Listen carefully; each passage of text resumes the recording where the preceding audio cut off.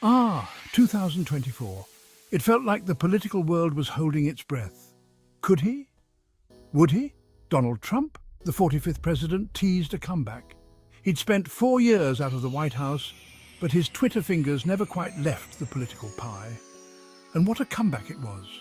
This time the hair was a bit whiter, the skin a tad more tanned. But the message, well, that was classic Trump. Loud, proud, and full of promises to make America great again. The Sunshine State, land of retirees, beaches, and crucial electoral votes. Florida, as always, was a battleground. Trump, with his love of golf courses and gilded buildings, seemed to resonate with the Floridian crowd. His rallies were packed, his message resonating. He promised jobs, he promised security, he even promised to bring back the McRib. Okay, maybe not that last one. And Florida delivered, pushing him closer to that magic number 270. Now the Rust Belt. Once a Democratic stronghold, it had started to swing red in recent elections. States like Pennsylvania and Michigan, with their history of manufacturing and blue-collar jobs, were up for grabs. Trump tapped into the anxieties of those who felt left behind by globalization. The message was simple: bring back jobs, protect American workers. And while the experts debated the finer points of trade policy, the message resonated. The Rust Belt, albeit a little rusty, swung for Trump. So what did it all mean? What were the big issues that got Trump back in the White House? Well, as with most elections, it was a mix of things. The economy, immigration, healthcare, they all played a part.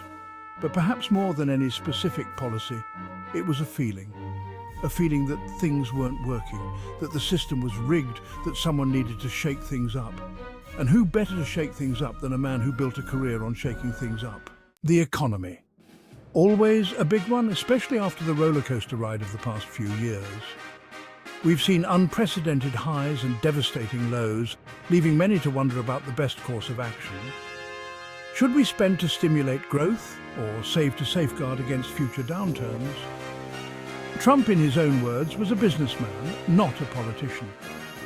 He approached the economy with the mindset of a CEO, focusing on immediate gains and profitability. He promised to cut taxes, slash regulations, and unleash the power of American enterprise. His vision was clear: a leaner government, fewer restrictions, and a thriving private sector. This approach, he argued, would lead to job creation and economic prosperity. His opponent, on the other hand, took a more cautious approach, emphasizing the need for investment in education, infrastructure, and social safety nets. They believed that a strong foundation was essential for long-term growth and stability. By investing in these areas, they argued, we could ensure a more equitable and sustainable future. In the end, it seems, voters were more drawn to the promise of quick fixes and a booming stock market, even if economists warned of long-term consequences. The allure of immediate economic growth and the promise of more money in their pockets was hard to resist. But as we move forward, the question remains: will these short-term gains lead to long-term prosperity, or will we face the repercussions of our choices in the years to come? The debate between spending and saving is far from over, and the decisions we make today will shape the economic landscape for generations. Immigration. A topic that always gets people fired up. It's a subject that touches on the very core of national identity, security, and the values we hold dear. Trump, of course, made it a central theme of his campaign. His rhetoric was strong and unyielding, resonating with many who felt that the country needed to take a tougher stance. He talked about building walls, not just physical barriers, but also metaphorical ones, to protect the nation from what he described as external threats, cracking down on illegal immigration and putting America first. His message was clear. Security and sovereignty were paramount. His opponent, meanwhile, spoke of a more compassionate approach, one that recognized the humanity and potential of every individual seeking a better life. Emphasizing the contributions of immigrants, highlighting their roles in building the economy, enriching the culture and driving innovation, and the need for comprehensive reform. This approach called for policies that balanced security with empathy, aiming to create a system that was fair and just. It was a stark contrast, a battle of ideologies that played out on the national stage, with each side fervently believing in their vision for the country's future. And in the end, it seems that fear and a desire for stricter controls won out over empathy and a more nuanced understanding of the issue. The election results reflected a nation divided, grappling with its identity and the path it wanted to take moving forward. The debate over immigration continues, a testament to its complexity and the deep emotions it stirs within us all. Healthcare, the perennial hot-button issue. It's a topic that has divided the nation for years, sparking debates, protests, and countless political campaigns. The question of whether to repeal or uphold the Affordable Care Act, commonly known as Obamacare, has been at the forefront of these discussions. Trump had spent years railing against Obamacare, vowing to repeal and replace it with something. His rhetoric was fiery and his promises grand, but specifics were often lacking. He claimed that his plan would be better, cheaper and more efficient, but details were scarce.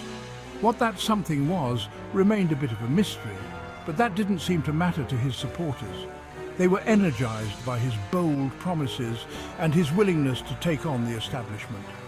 The idea of repealing Obamacare became a rallying cry, a symbol of change and defiance. His opponent, meanwhile, campaigned on strengthening the Affordable Care Act, expanding coverage and lowering costs. They argued that healthcare is a right, not a privilege, and that the ACA was a step in the right direction.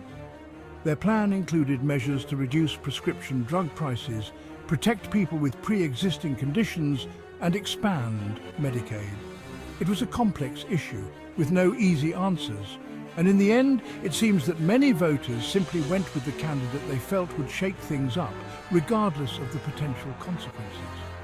The debate over healthcare is far from over, and the question of whether to repeal or uphold the Affordable Care Act continues to be a contentious and deeply personal issue for many Americans. The future of healthcare in the United States remains uncertain, as politicians and citizens alike grapple with the best path forward. The election results painted a stark picture. America was divided: urban versus rural, coastal versus heartland, liberal versus conservative. The lines were drawn deeper than ever. Trump's victory was seen by some as a repudiation of the establishment, a sign that people were tired of business as usual. Others saw it as a step backwards, a sign that America was turning inward and embracing a more divisive brand of politics. Section 9. What now? So what now? What does the future hold for America with Donald Trump back at the helm? It's hard to say for sure. The economy, who knows? Immigration, your guess is as good as mine. Healthcare? Don't even get me started. One thing's for certain. It's going to be a wild ride. Fasten your seatbelts, America, because with the Donald back in charge, one thing's for sure. You're not going to want to miss a single episode.